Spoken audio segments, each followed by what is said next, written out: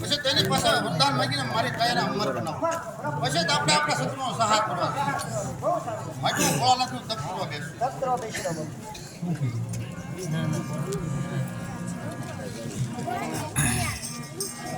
કેટલા નહીં પછી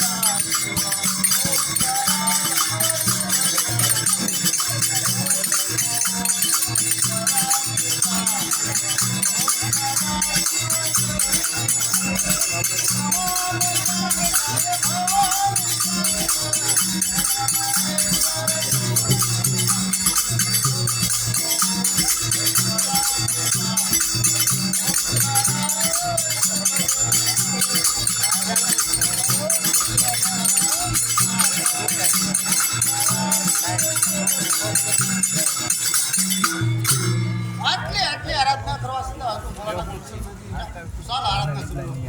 અરે પૂરણ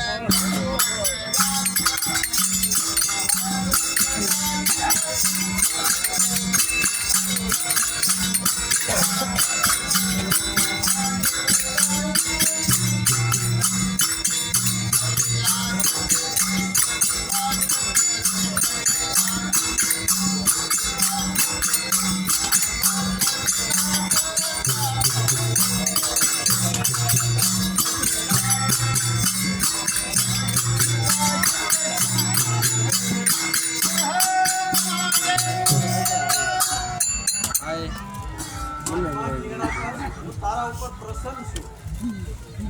અરે માંગુ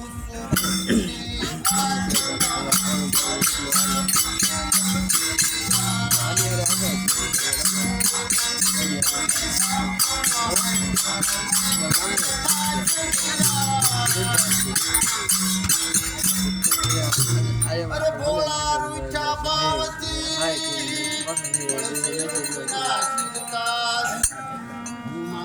તમે મને આપજો. અરે સોનિક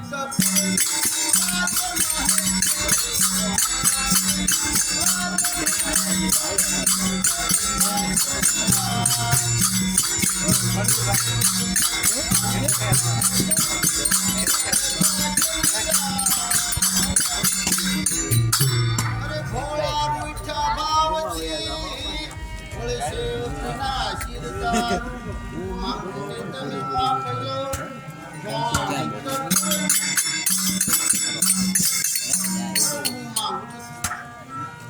ભોળા રૂઠા ભાવથી ભોળે શિવના આશીર્વાદ કાયાને અમર કરો.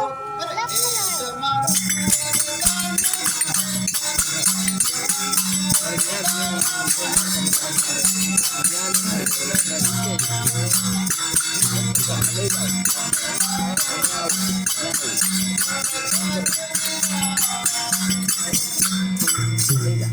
હે ભોળાનાથ, તમે મને ખરેખર મારી પસંદ થયા હોય તો મારી કાયાને અમર બનાવો. આ ઈણાકસ માગ્યા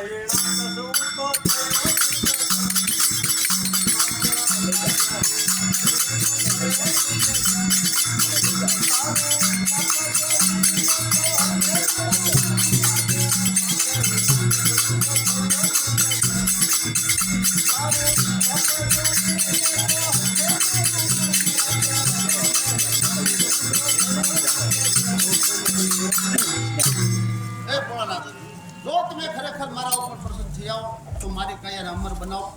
હા ઈણાકસ, તારી કાયાને અમર તો હું બનાવી ન શકું, પણ તારી કાયા અમર થાય એવી વસ્તુ આપું તો. એવી વસ્તુ શું છે વળી? હા ઈણાકસ, તારું મૃત્યુ દિવસે નહીં તેમ રાત્રે પણ નહીં. મારું મૃત્યુ દિવસે નહીં એમ રાતે પણ નહીં. હા, તારું મૃત્યુ સ્ત્રીથી નહીં તેમ પુરુષથી પણ નહીં. સ્ત્રીથી નહીં એમ પુરુષથી પણ નહીં. હા, તારું મૃત્યુ લોઢે નહીં તેમ લાકડે પણ નહીં. લોઢે નહીં એમ લાકડે પણ નહીં. નહીં, સૂકું નહીં તેમ લીલું પણ નહીં. સૂકું નહીં એમ લીલું પણ નહીં. ઘરમાં નહીં તેમ બહાર પણ નહીં. ઘરમાં નહીં એમ બહાર પણ નહીં.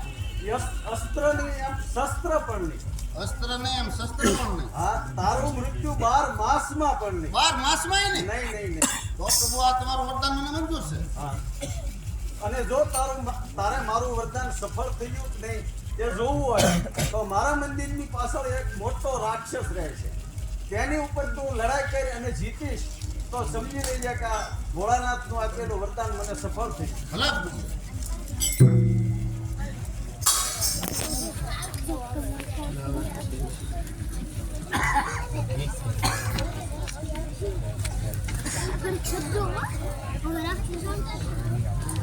બોલે જય બાપુ ઓ ભોળાનાથે વરદાન માંગીને મારા કાયાને અમર બનાવવા વસ્તુ મને આપી દીધી. બરોબર.